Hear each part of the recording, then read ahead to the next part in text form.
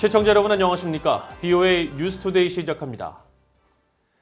북한이 노동당 설립 75주년 기념 열병식에서 신형 무기를 선보인 것은 대선을 앞둔 미국의 존재감을 과시하며 미국의 관심을 집중시키려 한 것이라는 분석이 나왔습니다. 또 핵 억지력을 강화하겠다고 밝혀 핵 포기 의사가 없음을 분명히 한 것이라는 지적도 나왔습니다. 첫 소식 안소영 기자가 보도합니다.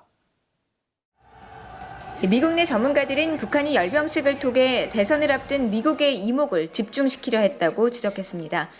게리 세이머 전 백악관 대량살상 무기 조정관은 특히 북한이 실전 배치가 가능한 대륙간 탄도미사일을 선보인 것인지는 알 수 없다고 지적하고 김정은 위원장이 핵 억지력을 강조한 대목을 주목했습니다.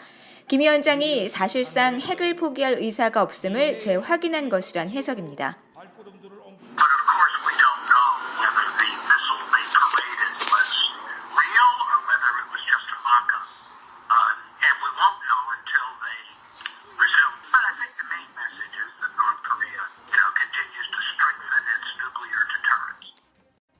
에반스 리비어 전 국무부 동아태 수석 부차관보 역시 김 위원장 발언에 주목했습니다. 북한이 핵 능력 강화 의지를 분명히 한 것은 새롭지 않지만 김 위원장이 연설을 통해 이를 직접 밝혔다는 점에서 억지력을 포기하지 않겠다는 뜻을 밝히고 핵 역량 강화를 분명히 했다면서 사실상 북한은 핵을 포기하지 않겠다는 뜻을 밝힌 것으로 분석했습니다. 크리스토퍼 힐 전 국무부 동아태 차관보는 이번 열병식이 내부 결집에 큰 의미가 있다고 지적했습니다. 심각한 경제난 등 삼중고를 겪고 있는 북한이 무기들을 선보이고 성과를 자랑하면서 어려움 극복 등 대내 결속을 다졌다는 겁니다.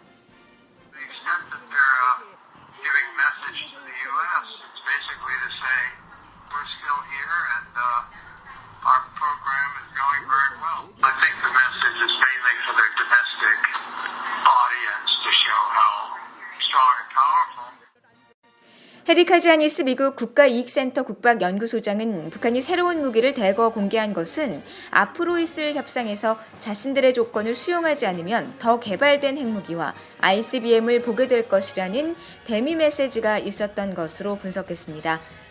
조셉 디트라니 전 육자회담 미국 측 차석 대표는 이번 북한의 신형 무기 공개는 놀라운 일이 아니라고 지적했습니다. 북한이 핵과 미사일 역량을 늘리고 있다는 것은 이미 알려져 있다는 겁니다. 디트라니 전 차석 대표는 그러면서 북한이 군사력이 외부 공격에 대한 자위력이라는 점을 강조한 것은 향후 협상에 대한 여지를 보낸 메시지일 수 있다면서 북한은 이번 열병식을 통해 강원 양면 전략을 펼쳤다고 분석했습니다. VOA 뉴스 안소영입니다. 중국 정부는 북한이 지난 10일 노동당 설립 75주년 기념 열병식을 통해 신형 무기 등을 공개한 데 대해 열병식은 세계적인 관행이라면서 노동당 창건 75주년을 축하한다는 입장을 밝혔습니다. 자오리젠 중국 외교부 대변인은 12일 정례 브리핑에서 세계의 많은 나라들이 중요 국가기념일에 열병식을 한다면서 중국은 북한의 노동당 창건 75주년을 축하하며 북한의 각종 사업이 김정은 위원장과 노동당의 지도 아래 결실을 맺길 바란다고 밝혔습니다. 그러면서 중국의 한반도 문제에 대한 입장은 분명하다며 중국은 각국과 함께 한반도 문제의 정치적 해결을 추진하고 한반도 안정을 위해 지속적으로 노력할 것을 바라고 있다고 덧붙였습니다. 앞서 시진핑 중국 국가주석은 지난 10일 북한 김정은 국무위원장 앞으로 보낸 축전을 통해 양국 관계를 수호하고 공고히 하며 사회주의 위협의 장기적이고 안정적인 발전을 추동해 지역 평화와 안전, 발전과 번영 실현에 적극 기여할 용의가 있다고 밝혔다고 북한 조선중앙통신이 보도했습니다. 미국의 전문가들은 북한을 연구하는 데 있어 북한이 공개하는 신뢰할 만한 자료가 부족해 위성사진 등 새로운 기술로 보완하고 있지만 한계가 여전히 있다고 지적했습니다. 이를 극복하기 위해서는 탈북민의 증언이나 위성사진, 경제자료 등 다양한 분야의 자료를 융합하고 분야 간 협력이 필요하다고 강조했습니다. 지다겸 기자가 취재했습니다. 미국의 북한 전문 매체 산팔루스의 제니타운 부국장은 10일 조지 워싱턴 대학이 개최한 행사에서 북한 연구의 가장 큰 난제 중 하나는 신뢰할 수 있는 정보를 찾는 것이라면서 위성사진은 이런 문제를 보완해준다고 말했습니다. 특히 위성사진은 정치범 수용소나 핵시설 대량 살상무기 WMD 시설같이 접근이 제한된 지역에 대한 연구 자료 제공 등 이점이 있다고 지적했습니다. 하지만 위성사진은 문화적, 정치적 배경 정보를 주지 못할 뿐 아니라 위성사진 촬영을 알고 있는 북한 당국이 고의적으로 촬영 대상 활동을 조작하는 등의 한계가 있다는 것입니다. There are obviously numerous ways in which satellite imagery can help advance the understanding of what's happening inside North Korea. But there are also numerous limitations and challenges to interpreting that data in accurate, meaningful, and responsible ways. 스탠퍼드대 국제안보협력센터의 멜리사 하넴 연구원은 위성 분석이 여러 학문 분야의 지식을 필요로 하는 학제 간 연구라고 지적하면서 한계점을 극복하는 방안 중 하나로 위성사진과 다른 분야와의 자료 융합을 제시했습니다. 캘리포니아 주립 샌디에이고 대학의 스테판 해거드 교수도 경제 관련 북한 자료를 명확히 이해하기 위해서는 대북제재위원회 산하 전문가 패널의 보고서, 위성사진, 물가 등 여러 분야의 자료를 결합하는 삼각측량법을 이용해야 한다고 강조했습니다. And you obviously need to use a variety of sources if you're going to make any sense of it, like the qualitative work which is done by the panel of experts.